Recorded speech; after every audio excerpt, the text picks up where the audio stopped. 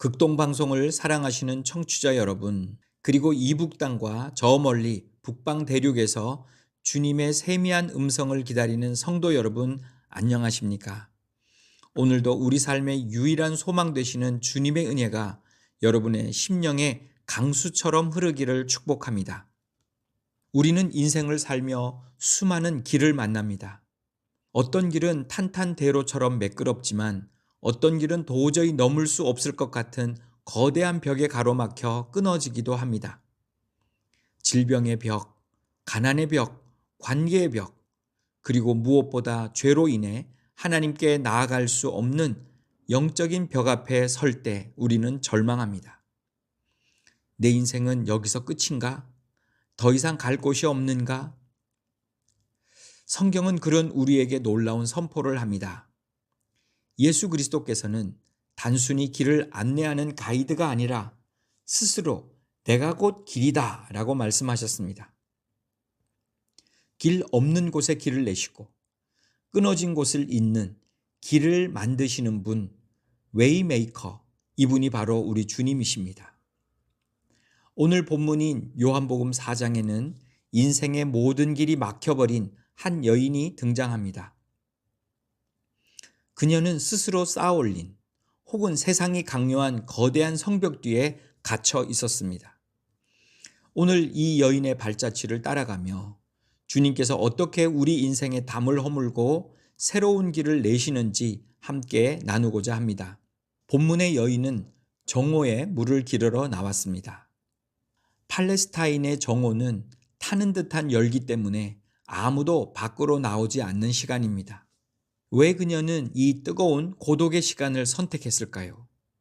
그것은 사람들과 마주치는 것이 죽기보다 싫었기 때문입니다. 심리학자 에리 프롬은 인간이 겪는 가장 근원적인 고통을 분리라고 했습니다. 이 여인은 세 가지 담장 속에 가로막혀 있었습니다. 첫째는 사람의 담입니다. 5번의 이혼이라는 과거는 그녀를 대인 기피라는 감옥에 가두었습니다. 둘째는 자신의 담입니다. 거울 속에 자신을 볼 때마다 느껴지는 수치심이 그녀의 영혼을 갉아먹었습니다. 셋째는 하나님의 담입니다. 죄책감 때문에 감히 하늘을 우러러 보지도 못하는 영적 고립이었습니다. 그런 그녀에게 예수님이 찾아오신 것입니다. 그리고 갑자기 이런 말씀을 하십니다. 가서 내 남편을 불러오라. 청취자 여러분, 이 말씀이 잔인하게 들리시진 않으십니까? 그런데 이것은 상처를 헤집는 폭로가 아니라 치유를 위한 거룩한 수술이었습니다. 골문 고름을 짜내야 새살이 돋듯 주님은 여인이 오랫동안 감추어온 수치심의 근원을 대면하게 하셨습니다. 이에 여인은 나는 남편이 없습니다 라고 짧게 이야기합니다. 이 고백에 대해 주님은 내 말이 참되도다 라고 받아주십니다. 주님은 우리가 완벽해서 사랑하시는 것이 아닙니다.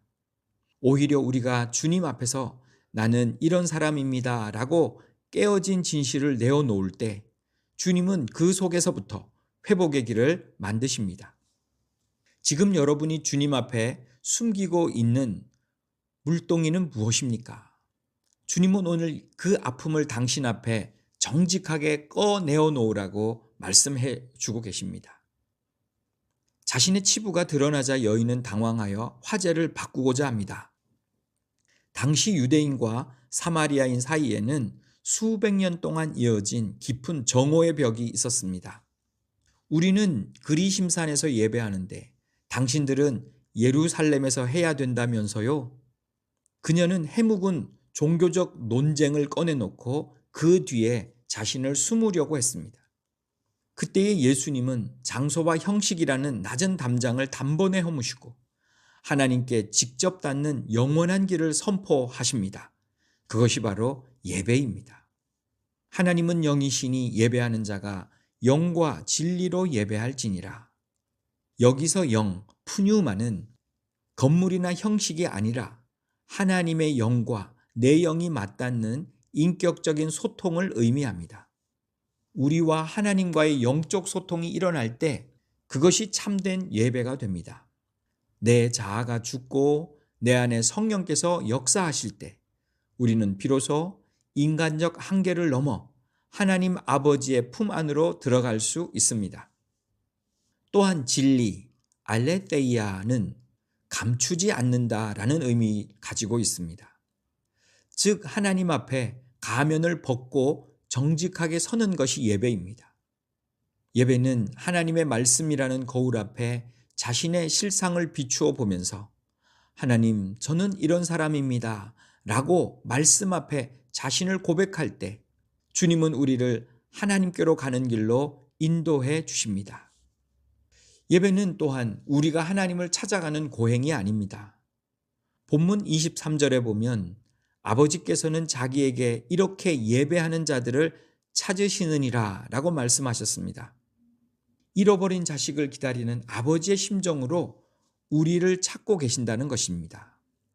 북녘 땅의 지하에서 혹은 외로운 타국 땅에서 이 방송을 듣고 계신 성도 여러분, 여러분이 있는 그곳이 어디든 하나님의 영이 주님을 향하고 정직하게 엎드린다면 그곳이 바로 하늘문이 열리는 예루살렘이 됩니다.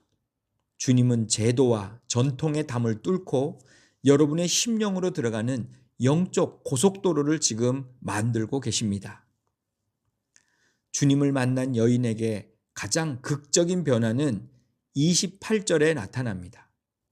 여자가 물동이를 버려두고 동네로 들어가서 사람들에게 이르되 사람을 피해 도망쳤던 우물가의 이 여인은 이제 자기가 두려워했던 사람들 속으로 뛰어 들어가며 외쳤습니다.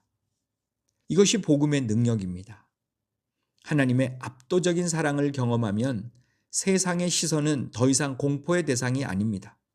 내가 주님께 용납받았다는 확신이 생기면 세상의 거절을 두려워하지 않게 됩니다. 그녀가 버려둔 물동이는 그녀의 생존 도구이자 과거의 수치심이었습니다.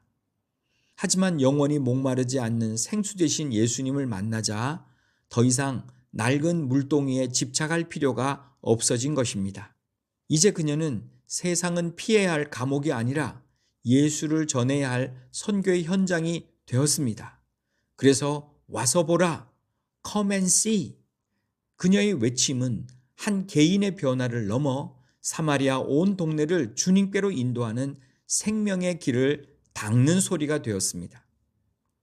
사랑하는 청취자 여러분, 오늘 여러분이 붙들고 있는 물동이는 무엇입니까? 이것 없으면 죽는다라고 매달리는 경제적 집착입니까? 사람들이 나를 어떻게 볼까 전전긍긍하는 자존심입니까? 아니면 과거의 상처입니까? 길을 만드시는 분, 웨이메이커 되신 주님께서 오늘 하나님께로 나아가는, 나에게로 나오는, 세상으로 나아가는 그 길을 열고 계십니다. 주님은 여러분이 겪고 있는 그 고립의 성벽을 허물기를 원하십니다.